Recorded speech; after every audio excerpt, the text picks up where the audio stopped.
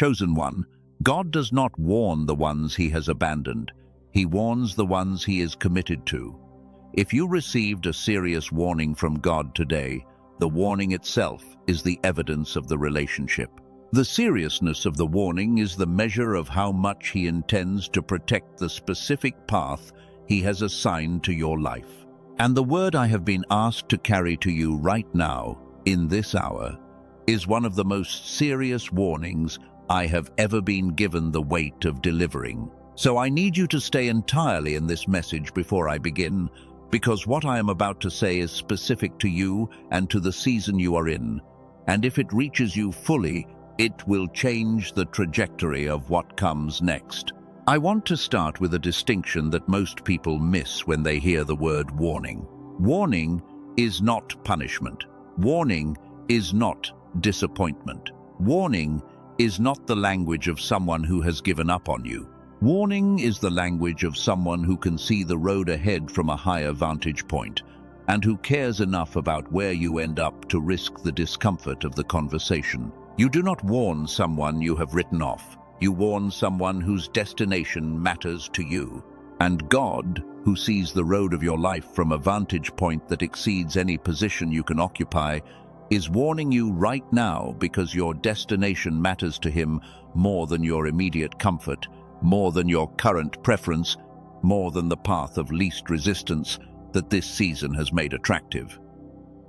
Every major warning in the Old Testament was delivered to someone specifically positioned for a significant purpose. The warning was not incidental to the purpose. It was part of the architecture of the purpose, protection of the trajectory.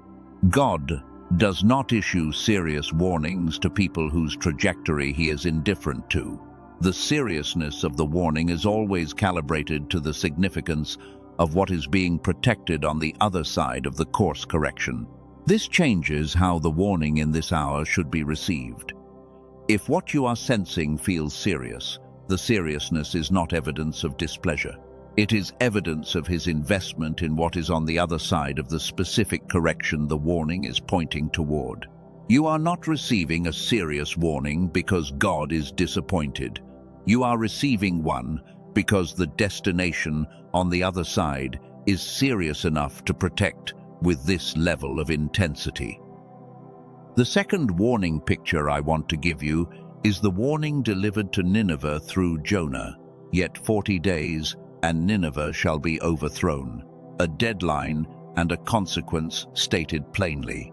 The most serious kind of prophetic warning in the tradition, and the city received it and responded fully. The king came down from his throne, sat in ashes, issued a decree that every person in the city would participate in the fast and the turning.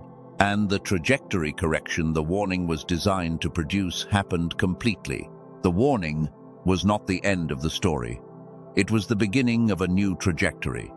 The city that received and responded fully became the city preserved rather than destroyed. The seriousness of the warning was not the measure of how bad things were going to be. It was the measure of how important it was that the city find the door before the deadline. You are at a door right now. The warning is the door. And what this message is building toward is the key that opens the instrument to the full depth of what the door leads to. I am going to give you the warning in full before this message ends, but I need to give you the framework for receiving it correctly first. Because a warning received through the wrong filter becomes either condemnation or dismissal, and neither of those produces the trajectory correction that the warning was sent to produce. The filter through which you receive this warning determines what it does in you, and the correct filter is the filter of the relationship. The warning came because the relationship is intact. The seriousness of the warning is the measure of the strength of the commitment. And what the warning is asking you to do is not to grovel or to panic or to perform a spiritual emergency response.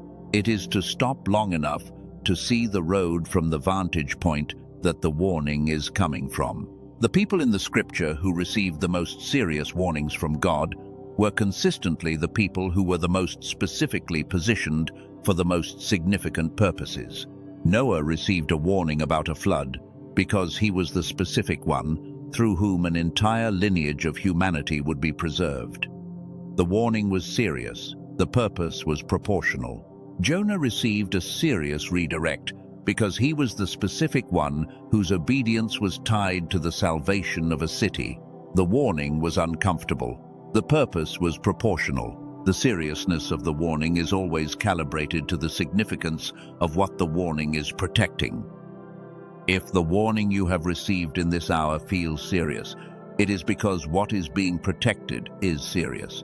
The assignment on your life, the specific contribution that the specific combination of your history and your gifting and your position in this moment of time was designed to produce is significant enough that a deviation from the path toward it warrants a serious intervention, not a gentle nudge, not a polite suggestion, a serious warning from the one who assigned the path and who intends, with extraordinary commitment, to see you arrive at the destination that the path leads to.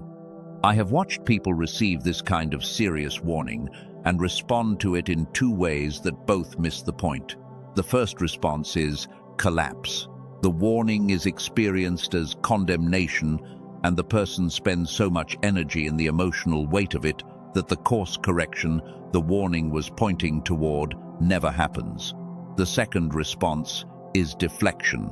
The warning is received, but the specific change it is calling for is resisted in favor of a general spiritual upgrade. Neither response produces the trajectory correction. What produces the trajectory correction is the third response, the one I'm going to walk you toward in this message. The response of accurate reception followed by specific action. For the accurate reception to happen, something specific has to be in place in the instrument that receives the warning. The instrument has to be in a state where the full weight of the message can land at the depth where the decision is made, not the level of the emotions where the first two responses live, not the level of the intellectual evaluation where the general spiritual upgrade gets substituted for the specific correction. The level where the course correction actually happens is deeper than both of those. It is the level where the identity lives, where the assignment is known, where the voice of the one who issued the warning is recognized not as accusation, but as covenant. The access to that level requires a specific operating state of the instrument, a state in which the interior of the receiver is still enough for the full depth of the signal to reach all the way down without being intercepted by the ambient noise of the lateralized instrument that is running the management of everything else at the same time. And the specific operating state that produces that depth of access is the same state that was the default of the instrument before the demands of the modern world displaced it from its default. I am going to tell you what that state is called, how it was lost, how it is restored, and what changes in the quality of the warning reception when the instrument is operating in that state rather than the default that has replaced it. But first, I want to take you to two specific warnings in the scripture that demonstrate what I am describing. Two warnings that were not understood as warnings in the moment they were given, and what the misunderstanding cost the people who received them. Because the misunderstanding had a specific cause, and the cause was the state of the instrument at the moment of reception. The first warning is the warning that Abraham received before the destruction of Sodom. He was not warned because he was in danger. He was warned because he was the friend of God, which is the specific designation the scripture uses for the relationship. And the friend of God is the one who is included in the counsel before the action. The warning was the evidence of the friendship. The seriousness of the warning was the evidence of the seriousness of the friendship. Abraham received the warning and entered into a negotiation on behalf of the people in the city. The negotiation went down through the numbers: 50, 40, 5, 40, 30, 20, 10. The intercession was specific and extended and it came from a receiver who was in the presence of the one issuing the warning in a way that made the full weight of the relationship available in the exchange. Abraham was not operating in a filtered mode in that moment. The full weight of the relationship was active in the exchange, and the quality of the intercession that Abraham conducted in that state was the quality of intercession that moved the negotiation all the way through 6 rounds. What you can do in the full state of the instrument with the warning you have received is the equivalent of Abraham negotiating on behalf of what is at stake in your season. The warning is the entry point into the intercession, but the full open instrument is what the intercession requires, and the specific thing that makes the full open instrument available is what this message is building toward. I said I would give you the warning in full. Let me give it to you now, because the warning needs to land first. So here is the warning, as directly as I know how to carry it. The path you are on right now has a fork in it that is closer than it feels. On one side of the fork is the continuation of the current pattern, the familiar motion of the current season, the comfort of the route that has become normalized through repetition. On the other side of the fork is the specific pivot that God has been trying to get your full attention on for longer than this message. The pivot is not dramatic. It is not the end of everything familiar, but it is the specific directional change that the next chapter of the assignment on your life requires. And the warning is this: the fork is coming. And if the pattern of the current season continues past the fork without the pivot, the distance between you and the pivot increases in a way that makes the trajectory correction significantly more costly as time passes. God is not threatening you with the cost. He is warning you that the cost is not fixed. The trajectory correction available at the fork costs a fraction of what the same correction costs 50 miles past it. And the warning you have received in this hour is the most direct invitation to the fork that you have received, because the fork is the closest it has been, not because you have failed, because the timing of the assignment has moved into the window where the pivot is not just available but specifically urgent.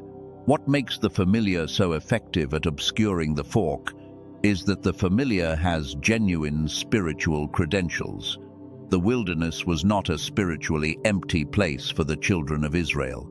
It was the place of the manna every morning, the water from the rock, the pillar of cloud, the sacred encounter at Sinai. The wilderness was saturated with the evidence of God.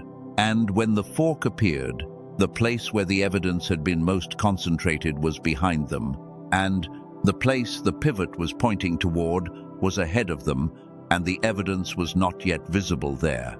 The 10 spies chose the evidence they could already see over the full reality that the 2 were reporting, and the choice cost a generation 40 years, not because the 10 were faithless people, because the state of the instrument in that moment produced a filtered reception of the same full reality that Caleb and Joshua received whole. Caleb and Joshua received the same information as the 10. They walked the same land. They saw the same giants. They returned with the same cluster of grapes. The difference was not in the information. The difference was in the state of the instrument, receiving the information. Caleb and Joshua were operating in a mode that allowed the full reality, the giants and the abundance simultaneously, to land at the depth of the decision. The 10 were operating in a mode that allowed only the portion of the full reality that confirmed the threat.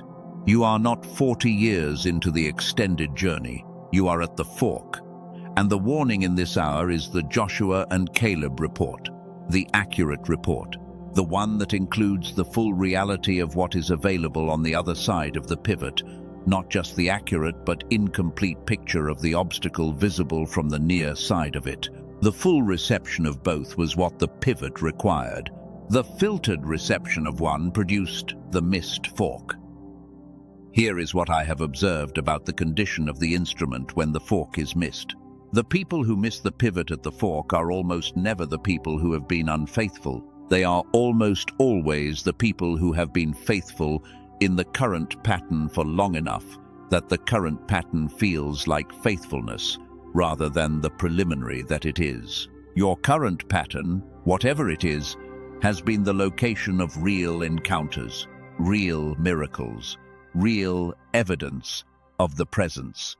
And the attachment to the current location of the consistent encounter is exactly what makes the pivot that God is warning toward feel like a risk rather than the obvious next step. The warning is not calling you away from the presence. It is calling you toward the next location of the presence, and the next location requires the pivot. The reason the reception of this warning requires the full open instrument rather than the filtered mode of the lateralized default is exactly what I have been circling.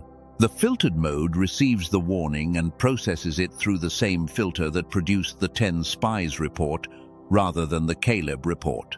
The surface of the instrument hears the warning and files it in the category of things to take seriously later.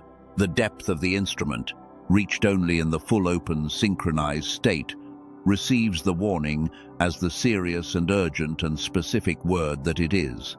And from that depth, the pivot becomes not just available, but obvious. The decision the fork requires cannot be made clearly from the lateralized instrument. The full reception is what makes the right choice visible, and the full reception is what the tool I am about to describe restores. I want to show you the neurological picture of what is happening in the instrument when the filtered mode intercepts the warning before it reaches the depth, because the neurological picture removes the spiritual self-judgment and replaces it with a precise and actionable understanding of the condition. 98% of children receive warnings at the full depth. When a child is told that something is dangerous, the warning lands at the level where the decision about whether to approach the danger is actually made.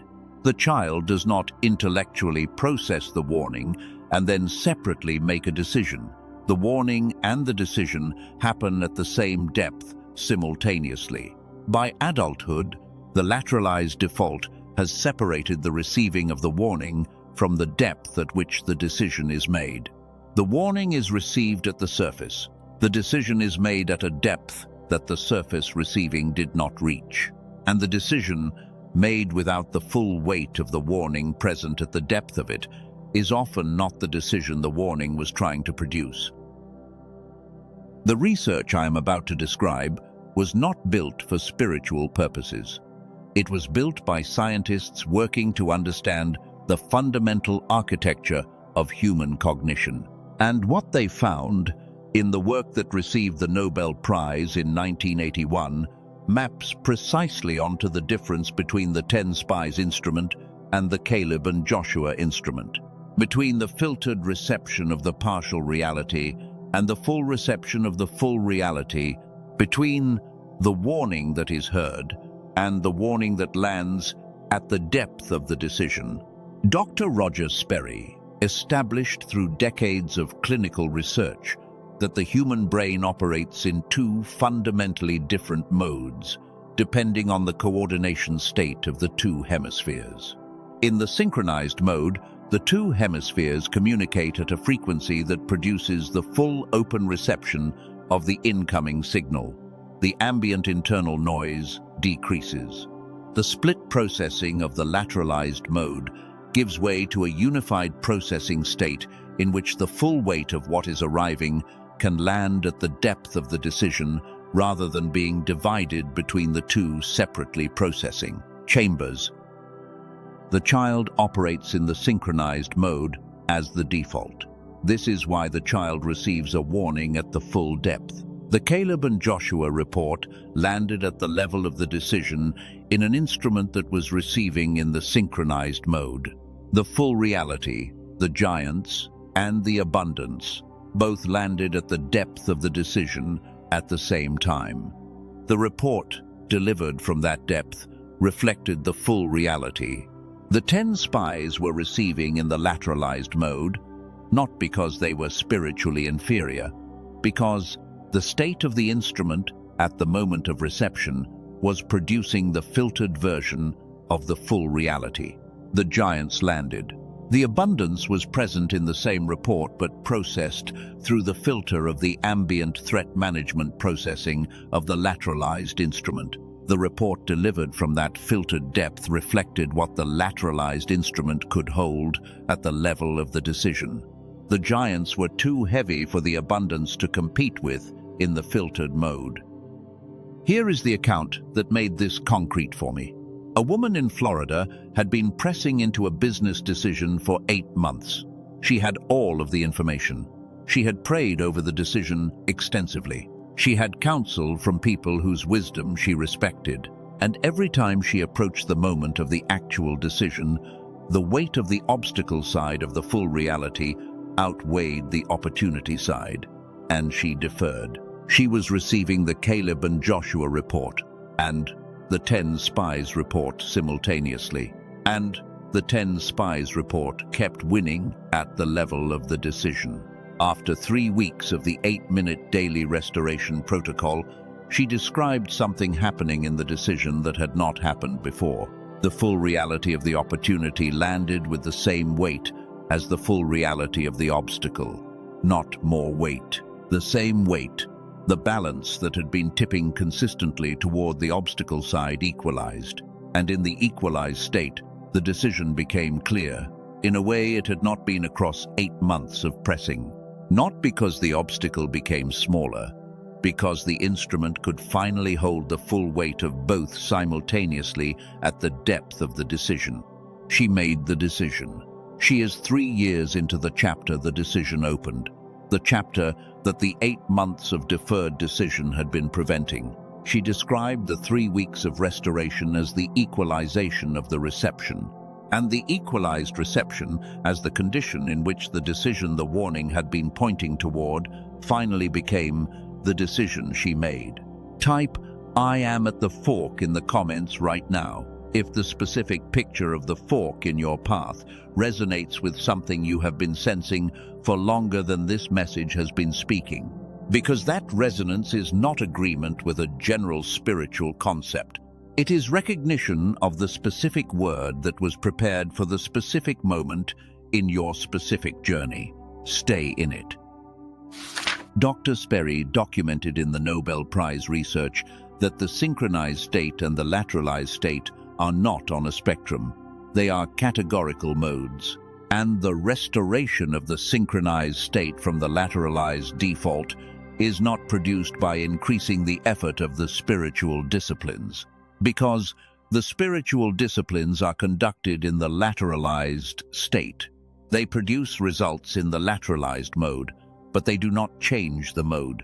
Changing the mode requires a specific neurological stimulus. And the specific neurological stimulus that reliably produces the shift from the lateralized default to the synchronized state is the precise auditory frequency differential that the Nobel Prize research established. This is not a replacement for the spiritual disciplines. It is the preparation of the instrument that the spiritual disciplines require in order to land at the full depth they were designed for. The warning received in the synchronized state lands at the depth of the Caleb and Joshua decision. The same warning received in the lateralized state lands at the depth of the 10 spies decision. The content of the warning is the same. The depth of the reception determines the quality of the response. I want to give you the second account before I complete the picture of the tool. A man in North Carolina had been at a fork in his ministry for 11 months. He knew the warning. He had received it clearly enough in general terms.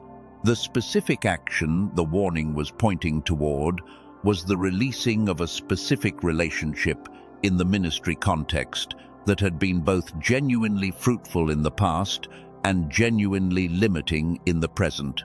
The releasing was the pivot, and for 11 months the instrument could not hold the full weight of what the pivot cost and the full weight of what the pivot opened simultaneously. The cost kept outweighing the opening at the level of the decision. After 2 weeks of the 8-minute daily restoration, he said the specific morning he made the decision was not dramatic. He described it as waking up and finding that the picture had equalized overnight. The cost was still the cost. The opening was the opening. But the instrument was holding both at the same weight for the first time, and in the balanced holding, the decision that the warning had been pointing toward for 11 months was simply the obvious next step. Dr. Daniel Barone and his team built the genius switch from the Nobel Prize research of Dr. Roger Sperry. They took the clinical neural synchronization technology and refined it into an 8-minute daily auditory protocol. The left and right headphones deliver slightly different frequencies to the corresponding brain hemispheres. The differential guides both hemispheres toward the synchronized coordination frequency that produces the full open reception. 8 minutes in the morning, headphones, eyes closed. And the instrument that arrives at the fork is operating in the mode that allows the full weight of the full reality to land at the depth of the decisions simultaneously. The clinical cost of equivalent hemispheric coordination work in a therapeutic setting runs over $500 per session. A full protocol costs several $1,000s across months of weekly sessions. The Genius Switch makes the restoration available outside the clinical environment for $39. The price is during an introduction period. This introduction price is not announced when it ends. It simply ends. Along with the protocol itself, the team placed 4 gifts inside the same access. The first is a guided visualization sequence for whole brain expansion, created by a top-rated voice in the space. The second is a grocery guide identifying the brain fog foods working against your synchronization, with documented monthly savings of over $100 at stores you already use. The third is the original manifestation text from 100 years ago that underlies every modern technique in the field. And the fourth is a printable 5 Habits daily infographic designed for your sacred space. Every dollar is backed by an unconditional guarantee. No conditions on how many times you have listened. If the equalization of the reception in your instrument does not begin to shift the quality of how the warning lands within the first 2 weeks, contact the team and the full investment returns, unconditional. Dr. Barone studied similar products, positioning themselves with neural synchronization language. Most carried no neural sync technology at all. They carried the label because the barrier to labeling something that way is essentially zero. The mechanism is what makes the difference, and the mechanism only exists in what his team built. The link in the description below and in the pinned comment points to the only verified source. Type "I want the full reality" in the comments right now. The Caleb and Joshua instrument is not a spiritual achievement. It is a neurological state that is restorable through a specific protocol derived from the most significant neuroscience research of the last century. The fork is here. The full reality of what is on the other side is what the warning has been pointing toward, and the instrument that can receive the full reality is what the tool restores. The link in the description below and in the pinned comment is the access point. Read everything on the page before you make any decision. The page, Dr. Barone and his team built, walks you through the neurological architecture from the Nobel Prize research, the clinical evidence of the frequency differential producing the hemispheric coordination shift, and the testimonials from people whose instrument was restored on a timeline of days and weeks rather than years. The fork is not getting further away. It is getting more costly to miss. The instrument restored now means the decision made at full clarity. The Caleb and Joshua decision, the one that sees the full reality on both sides simultaneously and chooses from that full seeing. The $39 investment does not change. The cost of delay does. I want to stay with you for a moment more before the closing, because the warning in this message was not a general spiritual warning, it was specific. And I want to name the specific shape of the response that the warning is pointing toward before I release you into the declaration. The response to a serious warning from God is not a performance of urgency. It is not the manufacture of a dramatic pivot that satisfies the internal need to do something visible. The response to a serious warning from God is the alignment of the instrument to the full weight of what the warning is carrying, followed by the specific action that the full weight points toward. Not the action that relieves the discomfort of the warning. The action that the full weight of it, received in the full depth of the synchronized instrument, makes obvious.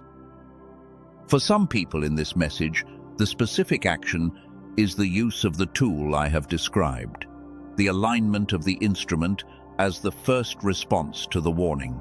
Because the specific course correction the warning is pointing toward requires the quality of discernment that the full open, synchronized instrument produces, the decision at the fork, made from the equalized reception of the full reality on both sides, is the Caleb and Joshua decision. The decision made from the filtered reception, even with the best intentions, is the 10 spies decision, and the warning in this hour is the invitation to the Caleb and Joshua decision.